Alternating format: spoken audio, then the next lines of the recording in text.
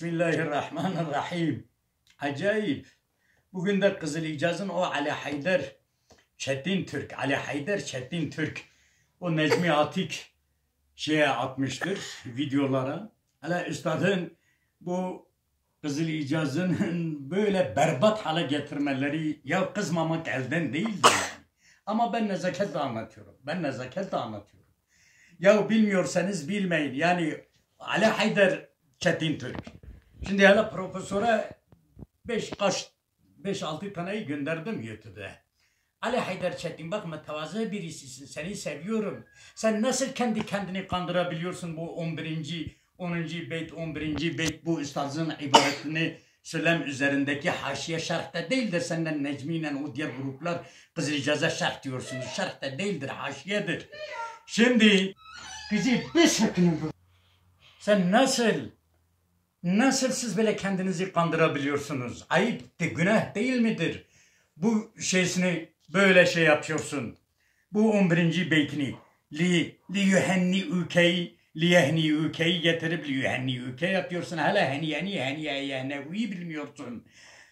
El kutuful cevadul lezi la yusqilul hazze la yesqulu okuyorsun.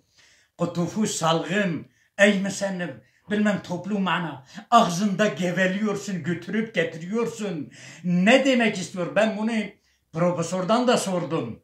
Yani bu satırına mana verseniz Kızılicaz'ı, İşaret-ül Acaz'ı benden ve benim o tüm hocalarımda başta merhum Allame Sadreddin Yüksel olmak üzere hepsinden iyi bilirsiniz. Ya yazık günah değil mi?